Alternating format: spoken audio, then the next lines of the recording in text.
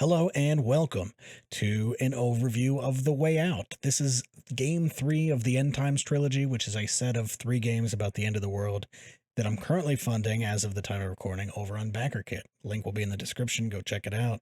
If it's later, you'll find links to where you can find the games and stuff like that over there. But I wanted to do an over. I wanted to do an overview of this game next, because it got second place in the poll, and I did one of the bunker horror game Into a Warm Sun last week. So now it's time to talk about The Way Out. And The Way Out, if close your ears, the other 2 games of the End Times trilogy, but The Way Out is my personal favorite of the 3. It's the game that most appeals to my taste as like a tabletop role player.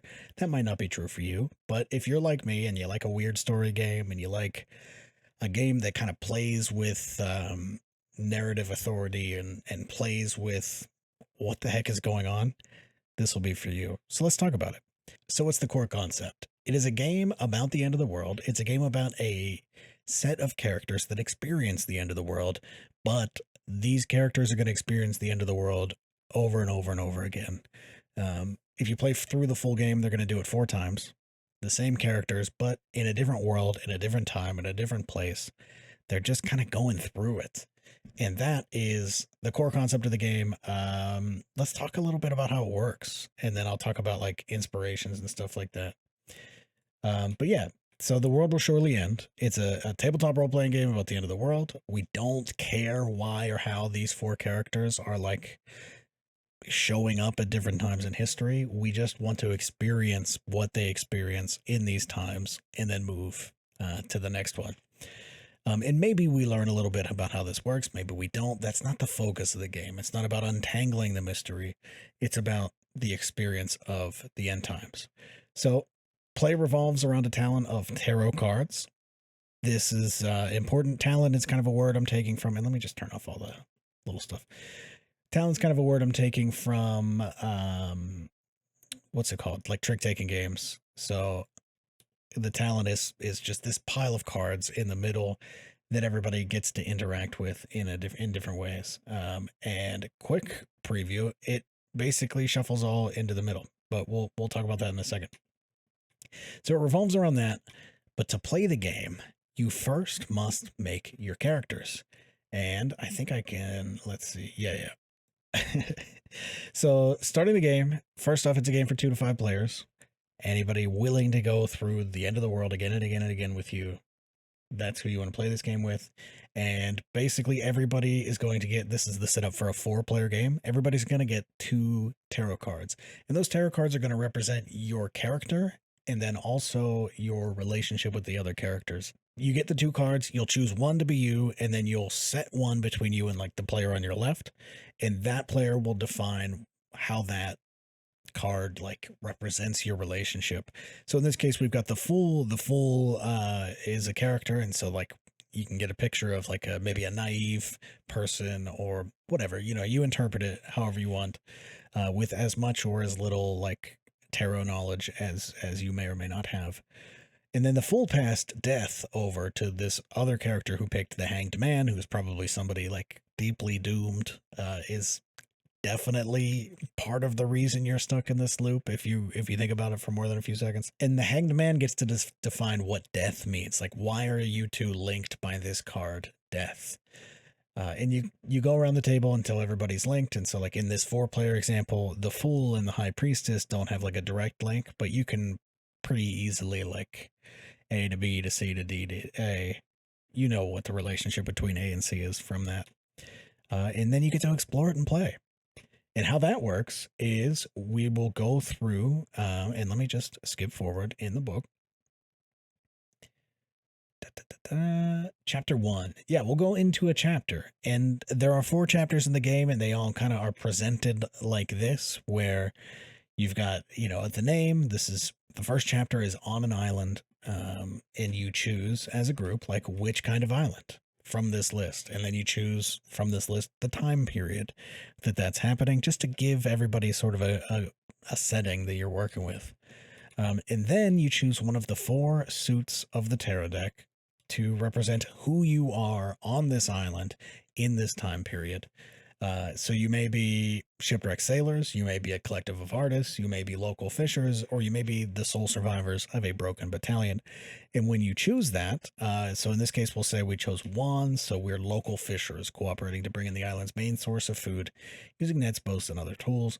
You will then define these characters, like how they manifest in this world. So, what does the Fool look like in this group of fishers that you are appearing as at this time in history on this island? Um, yeah, and then you just start role playing, and the rules of role playing in The Way Out are simple. You just have to stay in character. You have to describe everything that you see through the senses of your character. So, what can your character see? What do they hear? What do they smell? What do they taste? What do they? Did I say feel? What do they feel? What's going on around them. This allows you a kind of a lot in terms of like, oh, I see 6 ships on the horizon. Like you can do the sort of GM-less stuff where you're making the world happen, but you just have to do it through your character. And this is to intentionally limit you so that you go groping around in the dark for the buttons that you get to press. And this game has buttons that you do indeed get to press. And let me go forward to those. And those buttons come in the form of the moves. And these are kind of inspired broadly by belonging outside belonging games. I really like the element of the moves in those games where you spend a token, you spend something, and then you get to do something that, like, in theory, you would already get to do because it's a GM-less game. You kind of have full agency, but the fact that it's a move that you can do means you're going to do it a lot. And so it's a way for a game to really push the things that it wants to be about. And so the moves in The Way Out are here to push the fact that you're kind of stuck in this loop and you're experiencing it in a weird way. So yeah, the moves are simply experience deja vu, recognize the pattern.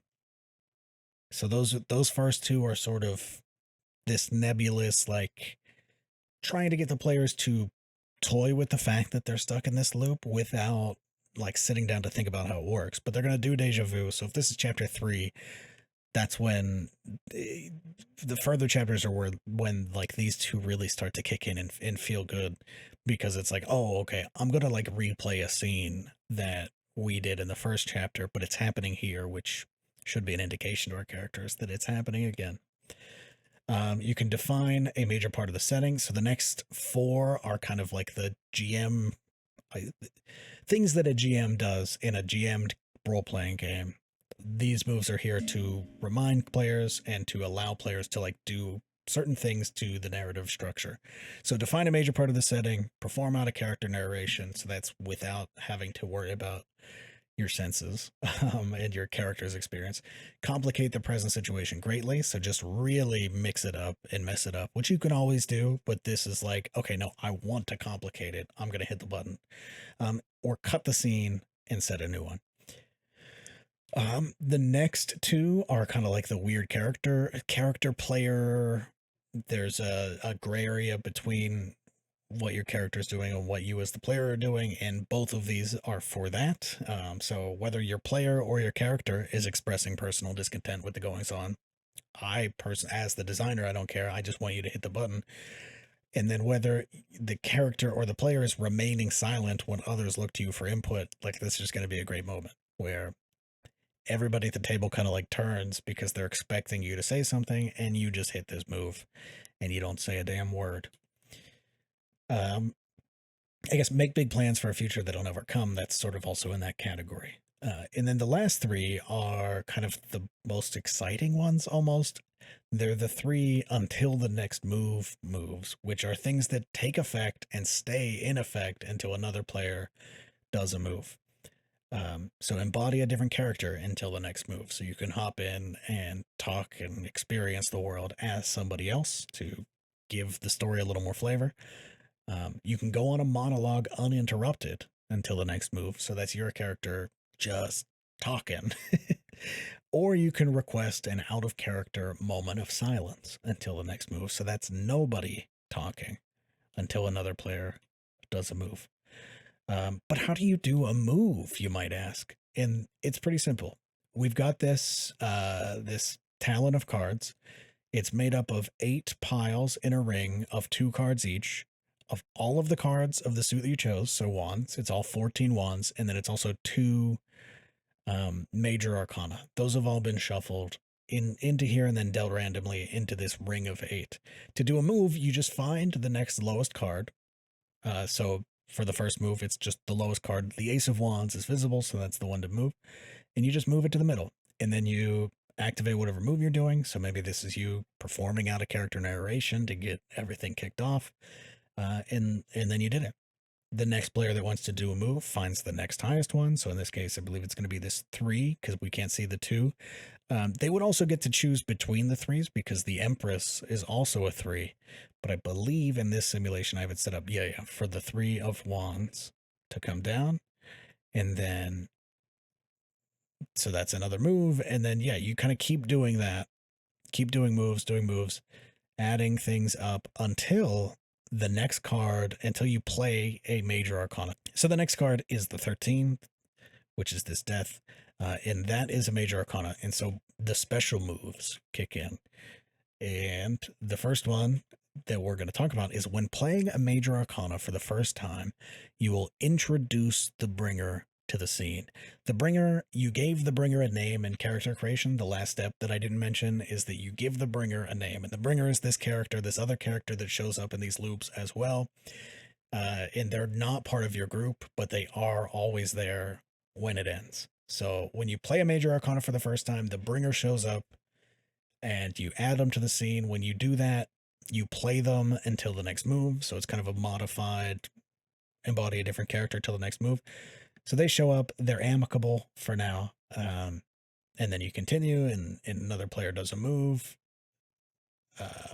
So this is where the next thing. So 13, I think in this example, I have the king as a 13, which isn't quite right, but whoops.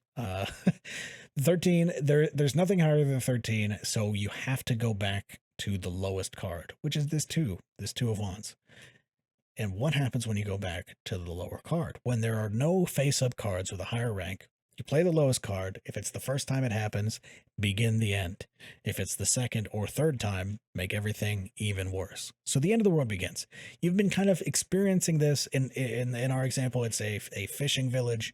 You've been experiencing the life of these fishers.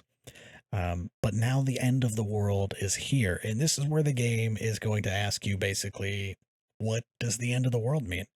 And there's going to be, some text at the beginning that talks about this to get the players in the mindset. But the end of the world does not mean like it doesn't have to be a huge disaster. It doesn't have to be an asteroid strikes and wipes everybody out. It doesn't have to be like the Earth's core explodes or the sun explodes or a pandemic kills everybody. The end of the world is, though there's too many worlds, right? Everyone lives in their own little world. That's a thing that we say. There are worlds that are formed and end and begin and end every time basically anything happens. So in this case, the end of the world for these fishers might be an invasion from ships, the ships that somebody saw on the horizon early. Maybe they come in and they invade, and that's the end of the world. Maybe it's the fishing dries out, and so you have to get on boats and leave. And so the beginning of the end is noticing, oh, there's no fish left. Like, we can't live here anymore. We have to go to a new island. The end of the world can be anything. And that is sort of one of the points of the game, is like, what does it mean for something to end? What is that going to look like? And you have to face that whenever there are no face-up cards with a higher rank, and you have to play the lowest card again. So once you've done that, then you keep playing. In this example, we've got the 3. She's unavoidable now, the Empress. And that's the second time you play the bringer. And so the bringer becomes adversarial. So the world has now begun to end, and the bringer is adversarial to the players. It's a whole calamity. You keep playing, you keep adding moves, you keep narrating together and role-playing until the very last card gets played, and that means the end. Like, the world is officially over. And that's the end of that chapter. So then what you would do is you would move on to the next chapter. I'll give you a little peek at that. The next chapter, Empire's Far Reaches. So this one takes a little bit more of a real world approach to the setting design. And then the third one goes back to a little more broad. And then the last one is another like very specific thing. So you're at the far edge of an empire. You choose which empire. You decide if you're subjects, agents, beneficiaries, or opponents of empire. And then you pick the next suit. So in our case, we already did wands. So you're not allowed to be workers in a mining camp toiling away to unearth some of the world's most valuable ore. You have to instead choose coins, swords, or cups. And so then for the third chapter, you're limited to 2. And for the final chapter, you don't even get to choose. You are whoever you are, and you play it out. That's the way out. That's the way it works. The game is, like I said, mechanically inspired in part by Belonging Outside Belonging games with the moves. It's also inspired by playing a lot of Zachtronics Solitaire Collection and just sitting down with a deck of tarot cards and thinking, like, what's a little thing I could do that would feel good as the driver of a role-playing game? And so that's how I ended up with this Talon. And then trying to pair that thematically, I drew heavily upon a book by Laszlo Krasnohorkai called War and War. Without going into too many spoilers about that book, it's a book about a small town Hungarian archivist who finds the most beautiful man. He's not happy. He's not a happy guy. He doesn't want to be alive anymore. But he finds the most beautiful manuscript that is like not officially part of the archive that he works at, but he wants to share it with the world. The year in this book is 1999. So he thinks the best way to share it with the world is, and also to take care of the fact that he doesn't want to be alive anymore, is to go to New York, buy a computer, connect it to the internet, type it all out, and put it online.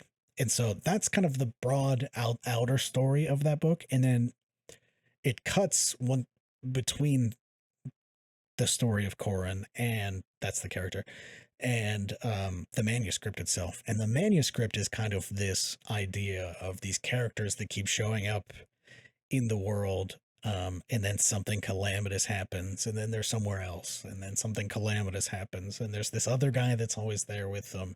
And so I'm really, really pulling heavily on like what that felt like to read, and that it would be kind of fun to make stories like that where this thing keeps happening and happening and happening to these characters.